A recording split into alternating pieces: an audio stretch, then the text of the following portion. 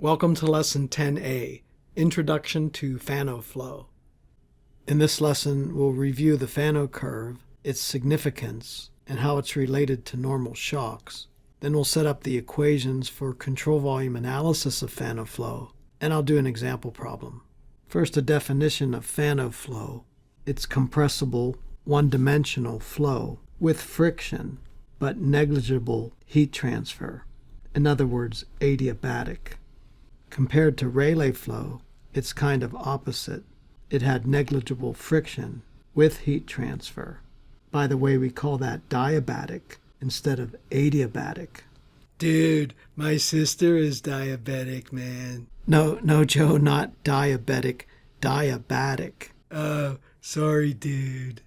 We're going to look at Fanno flow with friction but adiabatic in this series of lessons, whereas Rayleigh flow was for a short segment of pipe or duct. Fanno flow is for a long segment of pipe or duct. So Fanno and Rayleigh flow are kind of opposite or complementary to each other. Here's a general diagram. We have flow at state 1 at x1 with flow from left to right, and then we're examining the flow at x2 with state 2, but there is friction along the walls, some friction force F sub friction here. And we'll solve this by taking a control volume between 1 and 2 with the control volume slicing right at the inside of the pipe so that this friction force is acting on the control volume to the left as drawn. Here are our approximations and assumptions for Fanno flow. We'll assume the flow is steady, constant area, so A1 equal A2. This pipe is not expanding or contracting. Ideal gas with constant properties, such as these. We'll assume our pipe is long enough that we ignore any entrance effects. And as we've been doing with other flows in this category, we assume one-dimensional flow. In other words, the velocity profile is constant across any section of the duct, so V varies with x only. Our velocity profile is approximated as one-dimensional, except of course very near the wall, where it has to go to 0 to satisfy the no-slip condition, and therefore have a friction force due to shear stress. But these are high-speed flows with a very small viscous layer that we are ignoring. Farther downstream, we still have 1D flow, but V is changing with x. Here I show it accelerating. Finally, as we already said, there's negligible heat transfer, so we assume these walls are perfectly insulated. Here I'll compare Rayleigh flow and Fanno flow. As we've already said, Rayleigh flow has a short duct or pipe, whereas Fanno has a long duct or pipe. Rayleigh flow is diabatic, whereas Fanno flow is adiabatic. There's no friction in Rayleigh flow, but friction is the most important thing in Fanno flow. There are some things that are the same. We know that Rayleigh flow can choke, and so can Fanno flow. We use the TS diagram to help us understand Rayleigh flow, and we'll do the same with Fanno flow. Namely, we had a Rayleigh curve for Rayleigh flow, and we'll have a Fanno curve for Fanno flow. Let's review the Fanno curve, which we discussed previously in our analysis of normal shocks. We typically draw a Mollier diagram, H versus S, or here we like to use temperature instead. And for an ideal gas, the curves are identical in shape, just different axes. The Fanno curve looks something like this, with a subsonic branch and a supersonic branch, just like a Rayleigh curve. And the maximum entropy point is choked, or sonic conditions, similar to the Rayleigh curve. If we start at some supersonic flow here, state 1, you may recall that there was one other location on the Fanno curve that satisfied the equations for a normal shock, where we suddenly jump from 1 to 2 across the normal shock, from supersonic to subsonic. But in general, starting from state 1, if we add more friction by making the pipe longer or increasing the roughness, we move along this curve to some other point 2 along the Fanno curve. If our pipe is long enough or we have enough roughness, we end up choking the flow, where the Mach number becomes 1. So Mach number decreases along the supersonic branch until we have choked conditions. Similarly, if we start in a subsonic flow at state 1 up here and increase friction, I'll call this condition 2 shock to not confuse you. We keep increasing friction until we again choke the flow. But point 2 for this case can be anywhere along this curve. So far everything is identical to what we said for Rayleigh flow, except the shape of the curve and the fact that we're adding more friction as we move along instead of adding more heat transfer. By the way, this normal shock condition was the case with no friction, and there's only one point that satisfies that condition along this Fanno curve. So a shock is a special case of Fanno flow, but we're talking about these other cases where we do have friction.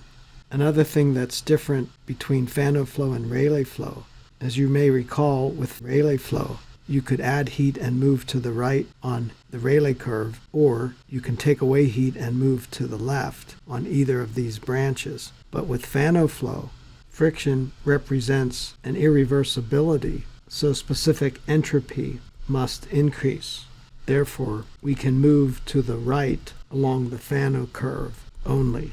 You can't increase friction by increasing the pipe length, for example, and decrease specific entropy.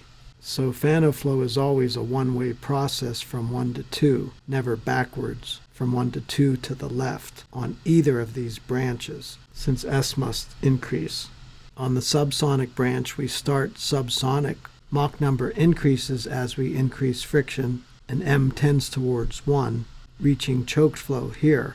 If we keep increasing the pipe length, increasing our friction, we can't go supersonic and come down this way, because we'd be violating the second law of thermodynamics. Dude, my thermo teacher told us that we should never violate the second law of thermodynamics. That's right, Joe. In fact, you cannot violate the second law, which is why you can't keep going through the choked point onto the other branch. The same is true in the supersonic branch. If we start here at a supersonic Mach number goes down, but M still approaches 1, reaching choked or sonic conditions here, and then you can't go backwards onto the subsonic branch. I'll go back to this comparison and recall that Rayleigh flow satisfies mass and momentum conservation laws, while Fanno flow satisfies mass and energy conservation laws. In Rayleigh flow, we're satisfying mass and momentum everywhere, and the energy equation, the amount of heat added, determines where we move on the Rayleigh curve. For Fanno curve, it's similar, but we satisfy mass and energy everywhere, and then the momentum equation, with the amount of friction on the walls, determines where we move on the Fanno curve. I'll also mention here that there are 2 ways to increase friction in Fanno flow. If this is our given pipe with state 1, and whether it's subsonic or supersonic, and state 2 is at the exit of the pipe or duct, we can increase the friction by increasing the pipe length, as I sketch here, for the same inlet conditions, but now 2 is farther downstream. So we have this extra section of pipe to add a friction force to the left on our flow. The other way is to increase pipe roughness, where we have the same pipe length, which I'll copy and paste here, but we make the inside wall of our pipe rough or rougher, which also increases the frictional force on the gas. For either of these cases, we move to the right on the Fanno curve, whether we start subsonically or supersonically. Now let's do a control volume analysis of Fanno flow. I sketched our pipe or our duct with a control volume, as I described previously, from state 1 to state 2, overall length L from x1 to x2, and friction force F friction from the wall acting on the fluid or the gas. Let's look at our conservation laws. First, mass, ρ1 v1 a1 equal ρ2 v2 a2, which is consistent with our assumption of one-dimensional flow, but the areas are not changing, so ρ1 v1 is equal to ρ2 v2. Another way of saying that is ρ times v is a constant everywhere. I'll call this equation 1. Our energy equation is h01 equal h02. Since this flow is adiabatic, there's no heat transfer, and we can rewrite this as h1 plus v1 squared over 2 equal H2 plus V2 squared over 2, or T01 equal T02, the stagnation temperature does not change, and expanding it out for our ideal gas, CpT1 plus V1 squared over 2 equals CpT2 plus V2 squared over 2. This is what I'll call equation 2. And recall when we studied normal shocks, the Fanno curve satisfies equations 1 and 2 everywhere on the curve, but we have to use the momentum equation to determine where on the curve we land. For a normal shock, there was only one choice, that is for frictionless flow, and we jumped from supersonic to subsonic across the shock. But in the general case, we have to analyze the x-momentum equation. I'll write the equation as I use it in my undergraduate textbook and in my undergraduate fluids class. Sigma Fx is made up of sigma Fx pressure plus sigma Fx gravity or body force plus sigma Fx viscous plus sigma Fx other equal the sum of all the outlets beta m dot v minus the sum over all the inlets beta m dot v, where beta, as you may recall, is the momentum flux correction factor. Let's examine all these terms. The net pressure force in the x direction is P1A to the right and then minus P2A, since pressure force acts to the left at the outlet of the control volume, and I defined F friction as the net force on the gas, so it's also acting to the left, hence this negative sign. We're neglecting gravity in the x direction and in general for compressible flows of gases.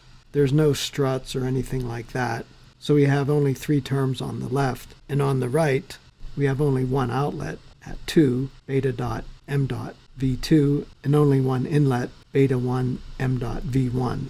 But from conservation of mass, we'll let this m dot be rho 2 v2a, and we'll let this m dot be rho 1 v1a. But what about these betas?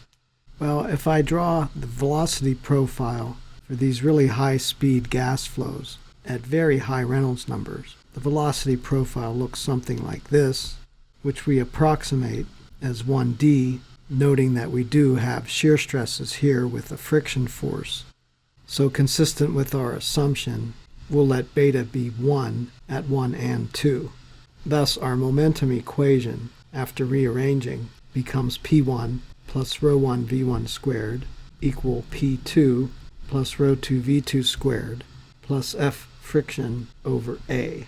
And I'll call this equation 3. A couple comments before we continue. All terms in equation 3 have dimensions of pressure, namely force per area, as is clear here, and pressure by definition is a force per unit area.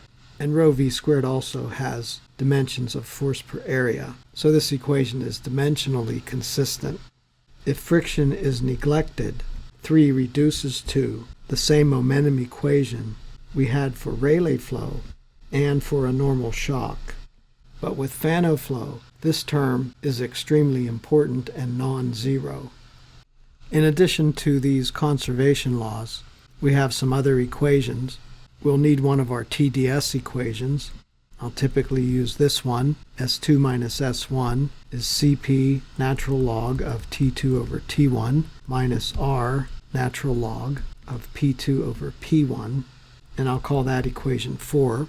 And note that this S2 minus S1 must always be greater than 0, since there's no heat transfer and we have irreversibilities in the friction. In Rayleigh flow, this could be negative because we could remove heat from the duct, but here there's no heat transfer and friction is irreversible. We also have our ideal gas equations, P1 over rho 1 T1 equal P2 over rho 2 T2, where P over rho T is a constant. I'll call this equation 5, plus definition of Mach number, definition of speed of sound for an ideal gas, etc. as needed. I'll end this lesson with a quick example problem.